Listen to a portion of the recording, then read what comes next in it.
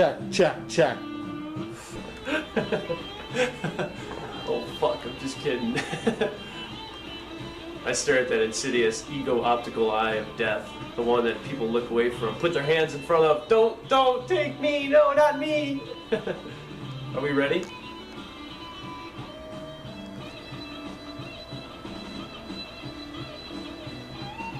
A nod yes would help. Okay. So you can see the grotesque smile and everything. Can you turn that down one more notch, please? It'll go off. Oh. Pretty low. Go ahead. Well, can you turn it off? It'll be hard for me to think. Just pause that song. I can read and have that, but I can't recite and have that. Really? Yeah. Off? Yeah, just once I'm only going to do one without reading. This is the only poem I know.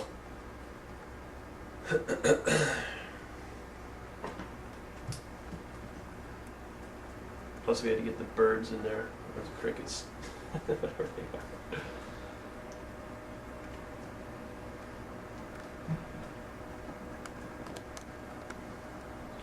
they are.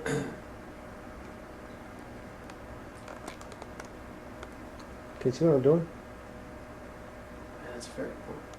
If we had no eyesight, what would our prejudice be? If all would cease to speak, would the world hear its loudness? Purpose is acrylic on canvas, making sense of private longings. Cooked pictures of identity, mirrors of solitude, reflect the mad search. Raw flesh protrudes the wired cages of pain. What does it mean to have nowhere to be lost with nobody looking for you?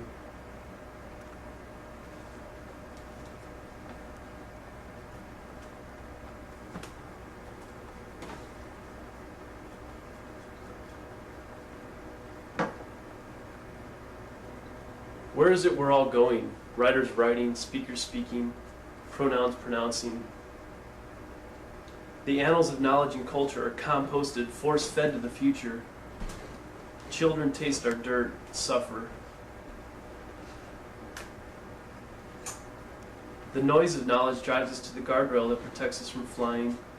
We look over, look down, and jump into the brown river. We float down river until we reach the shore of tree and wind. We are invited to the room of limbs. We accept and climb to the top.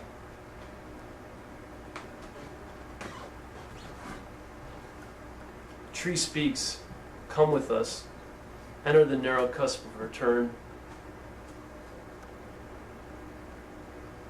Let us all gather under the forlorn firs to bury words like brilliant, great, grand, and powerful. The eulogy will be given by our ego's reaper. We're no strangers to dust.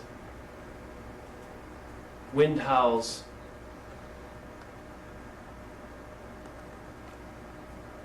It's dead. You can pause that. I can't remember it. Can't do it. You can go, I can read the other stuff more up to date. I thought I memorized that one, I can't memorize it. Just do whatever. I'm going off. Go ahead.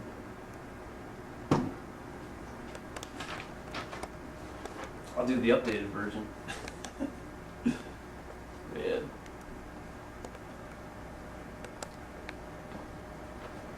If we had no eyesight, what would our prejudice be? If all would cease to speak, would the world hear its loudness? What does it mean to have nowhere to be? To be lost with nobody looking for you? Purpose is acrylic on canvas, making sense of private longings. Raw flesh protrudes the wired cages of pain. Cooked pictures of identity, mirrors of self, reflect the mad search. Where is it we are all going? Writers writing, speakers speaking, pronouns pronouncing. The annals of knowledge and culture are composted, force-fed to the future. Children taste our dirt, suffer. The noise of knowledge drives us to the guardrail that protects us from flying. We look over, look down, and jump into the brown river. We float downriver until we reach the shore of tree and wind. Tree invites us to the room of limbs. We accept and climb to the top. Look to the horizon and see pinnacles, beacons, monuments of cultured surety, all perverse. We sway and listen to the conversation of tree and wind, bending and blowing. Ancient linguists, old friends really. Tree creeks, come with us, enter through the narrow cusp of return. Let us all gather under the four lone firs to bury words like brilliant, grand, great, and powerful. The eulogy will be given by our ego's reaper. We're no strangers to dust. Wind howls. We meet here on earth in passing, acknowledging some, ignoring others. We choose who we hold hands with. We choose how tight our grip will be. On the ground below, lute strums with sentiment, remembering a time without words. A monologue of strings spoken in a particular tension. We're mesmerized by the pensive voice of lute. We tire, fall asleep, and drop, a wing drop down to the ground that buries. Our epitaph is scrawled by lute's tuning keys on the bark of tree, and it reads, one day our eyes closed, and we began to see. The next day our mouths closed, and we began to hear.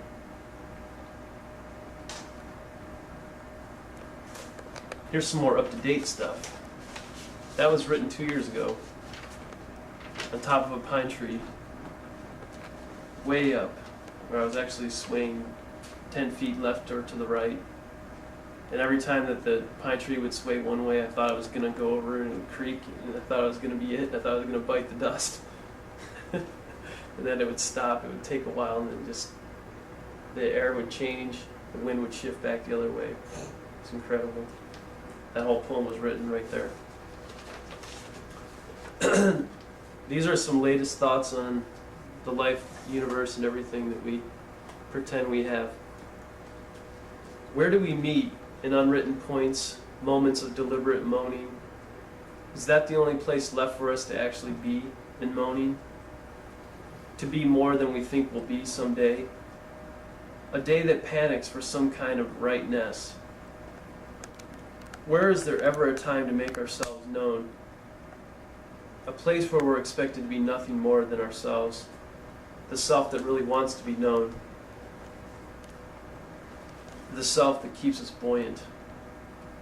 Okay, alright, I'm tired of the same tone of my words, as you are, I'm sure.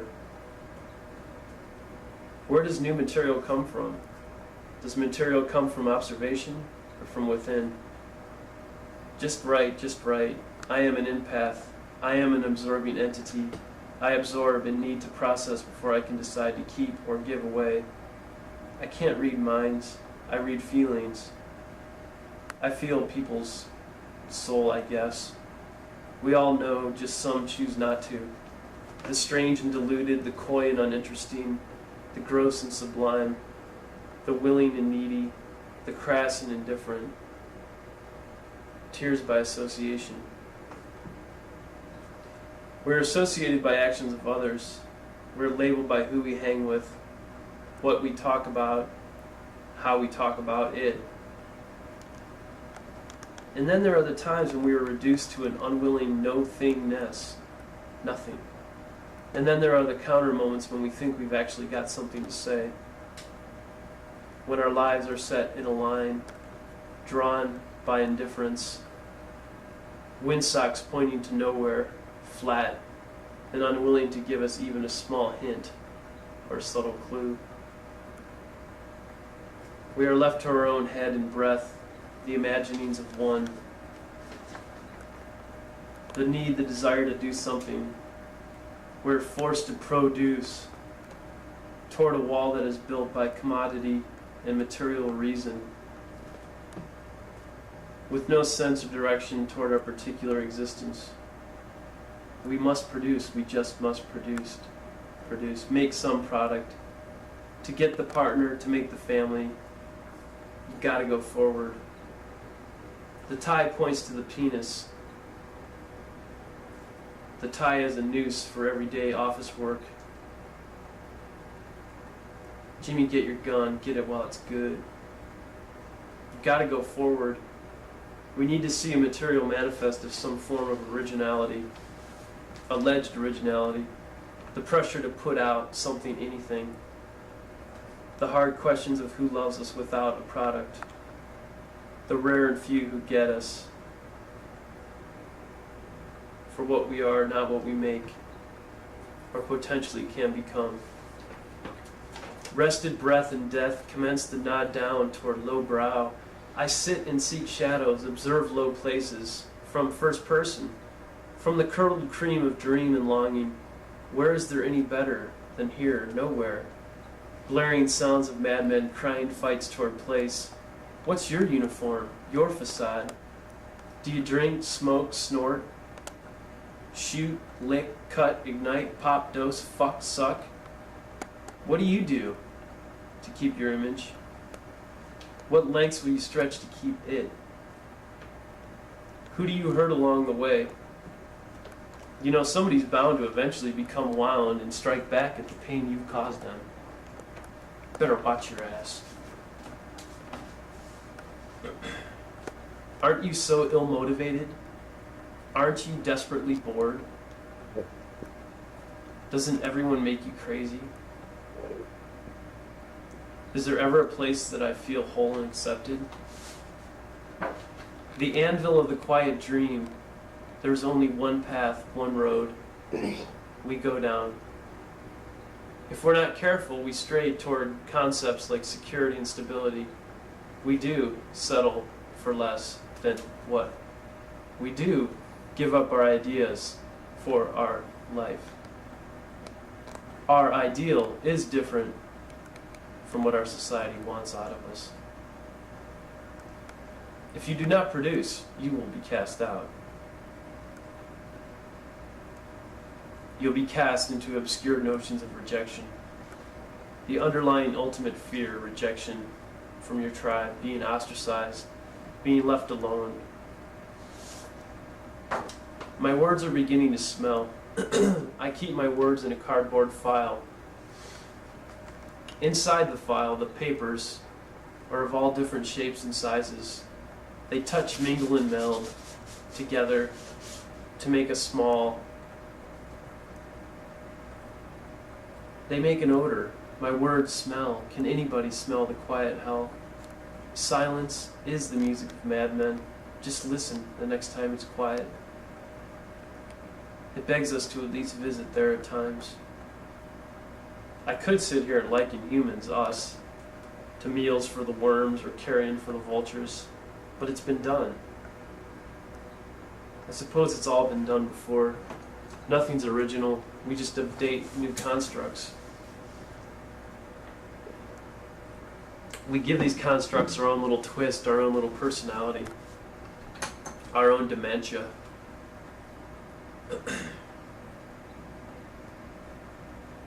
A social life hinders writing. It's hard to come up with any new material when you're living with other people's constraints. The only words that have ever lasted are the ones that were written by myself in some painful trance.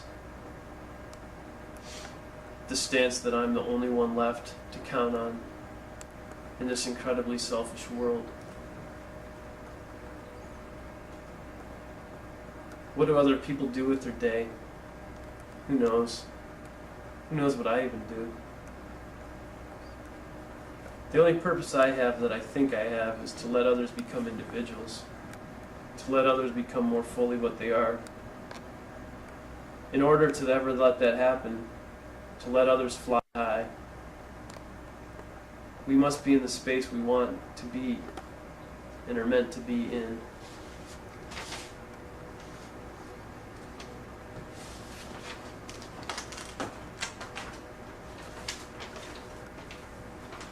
It's called Joy Killer. Wife beater, melded sprigs of doubt and parsley. Cattails rammed up my ass. Only to discover I don't like the taste anymore. It's all sticky and covered with post-green, now even brown mold. the mold of self-centeredness, the mold that keeps the pedestal vertical. All energy put to keeping it up. But it invites the gouge of entropy. It wants to go down and find the horizontal where I can sleep now. The perfect life never exists. Right and wrong have no distinction. Our decisions are not made by us. We look, we feel, we move our brains and bodies. In what direction? In some direction. Don't know why. We'll never know why. We do what we do. Who knows? Escort. Call me anytime. I'm available. Leave a message at the tone. My machine has crusty on the play button. First thing even before I piss is press play when I get home. To see who called. To see if I will eat this week by eating them. I'll call you back and set up the time and place where we can meet to greet. And when we meet, we'll talk about what you want, how you want it. Spirals, vortices, helix, spiral, vortex, helix. Wired curls with sharp edges drop in and descend on my daily life. What keeps me going? I'll never know. I just know I'm not here for anybody else's happiness or contentment. I'm here just to become more fully what I am. The need of bond with others, the need of circles, can only be filled by my involuntary desire. The circle is only strong when the circumference points are free, absolutely looking out away from the circle, with common hub or shared vision at their backs.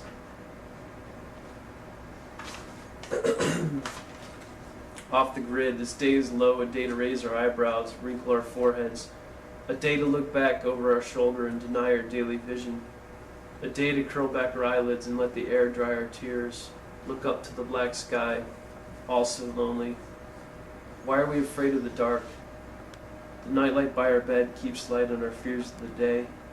Orange ceilings float over cities that never sleep. Stars are kept from urbanity.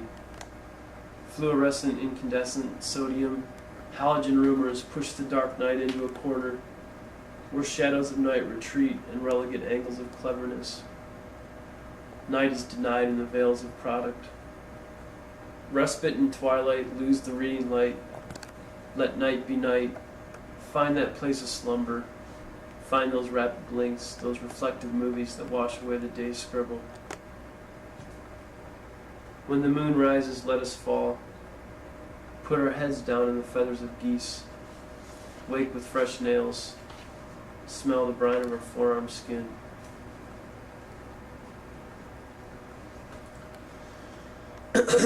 Loathing for the living. Why do you continue to breathe in and out? What makes you wake up in the morning? You, yes you, so demulcent and elusive. You who makes my breath short, my words jumble, my body reeve. What is up? Why do I beg and wish it's you whenever the phone or postman rings? I'm living my normal day, and then suddenly, without admonition, I bend and keel and fall in the nearest chair or bed, thinking of you. I freeze, I'm stuck, I'm a solid. Why?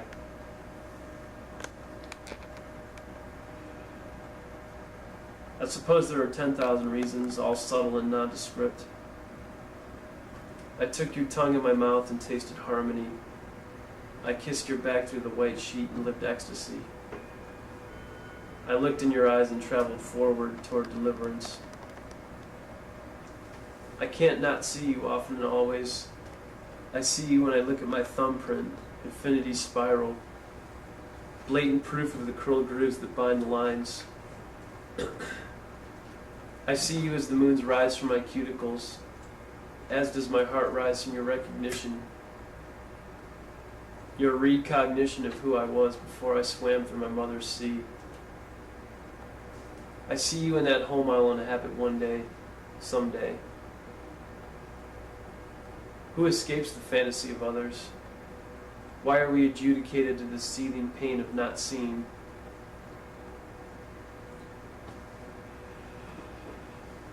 This painful penitence of having to make up or envision that person we long for. What is their day-to-day life like? Who are they talking to? Who are they embracing? Who is kissing that place of private frolic? Simply unbearable to think of. Men or women are poison and cruel deep within. It is the one who walks the razor's edge of undecided gender, unattached commitment, that will break the shackles and suck the helium that the sun is made of, and make a perfect lover for everyone they meet. Let's look for that place where we run on air for as long as we like, without blistered souls.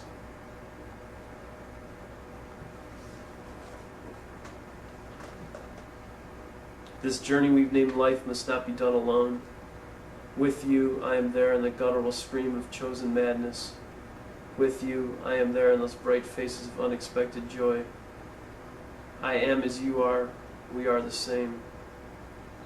Remember this as you grope and reach for your way through the everyday.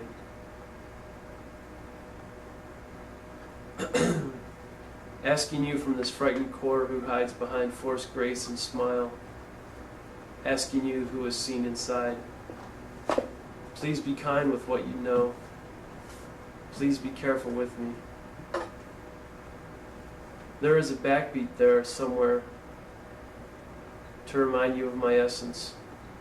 Listen close to the smells of the budding sycamore tree.